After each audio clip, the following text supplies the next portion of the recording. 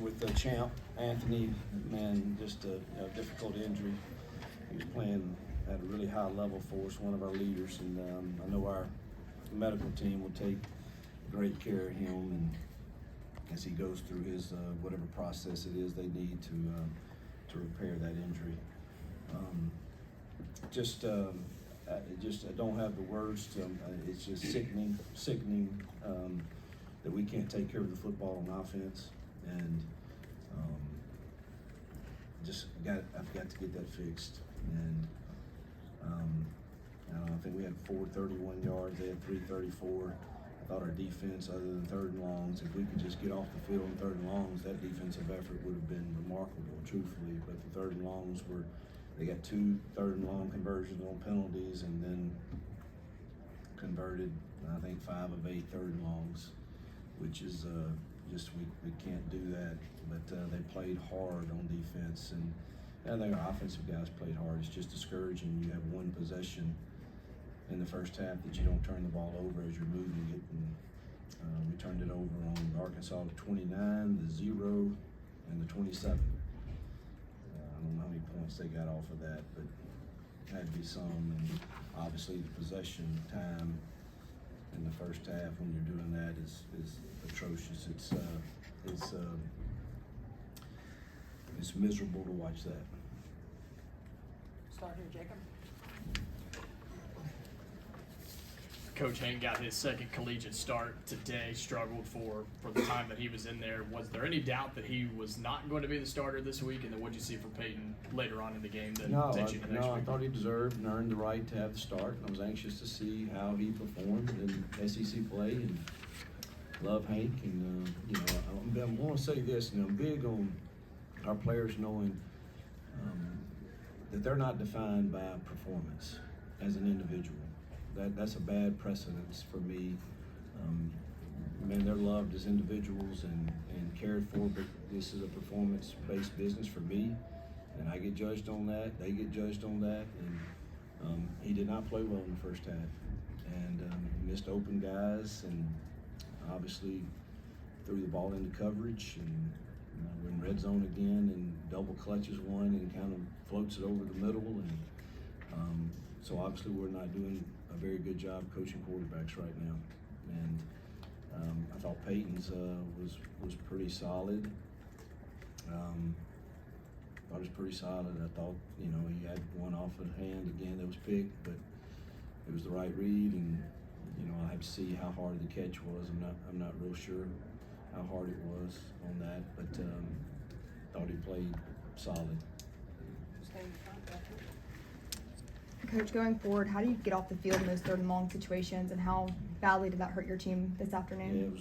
Yeah, it was devastating, truthfully, when obviously they had fought so hard after offense put us in some bad spots and to keep us in the game, and it really felt like we were going to win the game at halftime if we just don't turn it over. And then, man, when we finally got in the game, we had I want to say it was 3 to 4 third and longs that if we get off the field and we get the ball back, we got a chance to get a tie game. And we didn't get off the field, and it's something we've got to for sure go to work on. Yeah. Coach, the self-inflicting stuff now is on both sides of the ball. You're turning it over, penalties defensively when you talk about third and long, getting off the field. It's not just third down conversions, it's third and long conversions. Yes. Is it personnel? Is it execution? Is it scheme? What are you seeing as to why it just keeps happening? Well, then we got to look at ourselves first as coaches, and I don't think it's scheme. I thought we were in some good positions, that they had to make some really tough throws on third and long on the penalty, and then one was selfish, hitting a quarterback out of bounds. That gave them 2 third and longs, and they were backed up at that point. And the other third and longs, we lost contain on the quarterback, and our roof player decided to not stay deep. And same thing we did last week. So I think the call was okay. Obviously, we're not coaching it well enough, and have to find young men that will do it the way they're coached. Go to the back. Thank you, Coach. Where do you go from here at the quarterback position as you get ready to head into Oklahoma? I have no idea sitting here right now, but I'll go back to work tomorrow, and I'll be as locked in as I've ever been to try to get it fixed.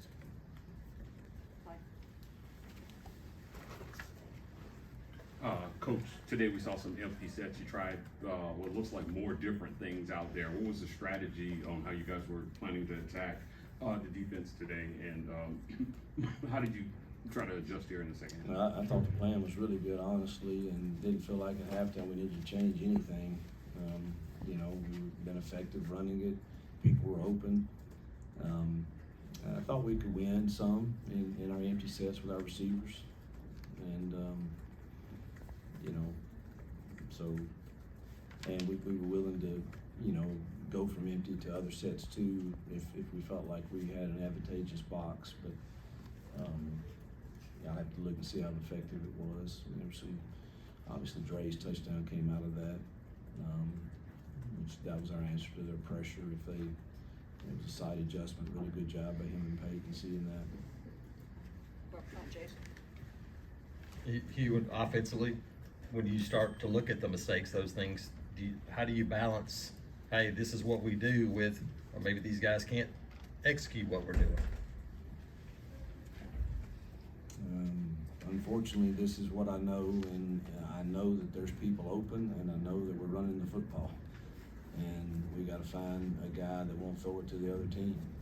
And we got to find running backs that hold on to it. That's a huge play there. We're going in to score. I don't know, what was it, 7-0 then, or so it was 7-7. And our defense gets a stop, and who knows what happens. But the scheme is what most everybody in the country is running some sort of. But you've got to have good play at quarterback for sure at whatever system you're going to choose. Got 3 more to finish out, Brian.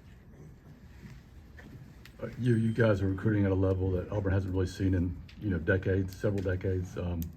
How much tougher does that get though if you can't show more proof of concept, if you can't build momentum on the field? Yeah, I can't answer that. I've been consistent with my message of how I wanted to build it, and that's through high school recruiting, and hopefully they see they can come in and play and help us. There'll be growing pains, just like we're experiencing. If you look at, last year's team, the best players we lost were the DBs and probably Marcus Harris, and I think we've improved offensively, everywhere except for we're not playing at a high level at quarterback or taking care of the ball. Defensively, we're playing pretty good up front, and we lost a lot of experience in that secondary, and that seems to be somewhere we're struggling a little bit. So hopefully those 25 recruits see that, man, coach is telling me the truth. He's building this, and he's going to do it with us. And now that takes some patience. And people have to decide if that's what they're wanting to do it like or not. And but I think it's the best thing for Auburn and for the long term. But in the meantime, we should expect to play better too. We got to make catches when they come our way. We got to make throws, and we certainly can't turn the ball over like we're doing right now. Take one here, and I'll finish with Justin. Coach, this is the second year that you guys have faced a dual threat quarterback. Moving forward, what are those conversations like with the defense? Because you have a couple more quarterbacks in this league that play the exact same way. Was a conversation on maybe just how to fix those adjustments? We'll continue to study how others are trying to stop and see if we can find something that helps us in that regard. But it's obviously when you get an athletic guy like him, he presents a different challenge. Last one, Justin. Even through 2 losses like this, where you have winnable games at home, and the schedule's obviously going to get tougher from here.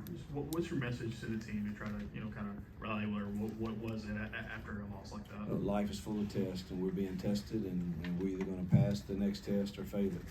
And there's no running from that. There's no hiding from it as coaches, as players, and how we handle those moments, the good and the bad. It speaks to who you are. And you can decide to fight and understand that we got another opportunity to play a top 20 team here at home, think they're top 20 next week, and there's signs that we can do some good things. But we cannot play as inconsistent as we are, and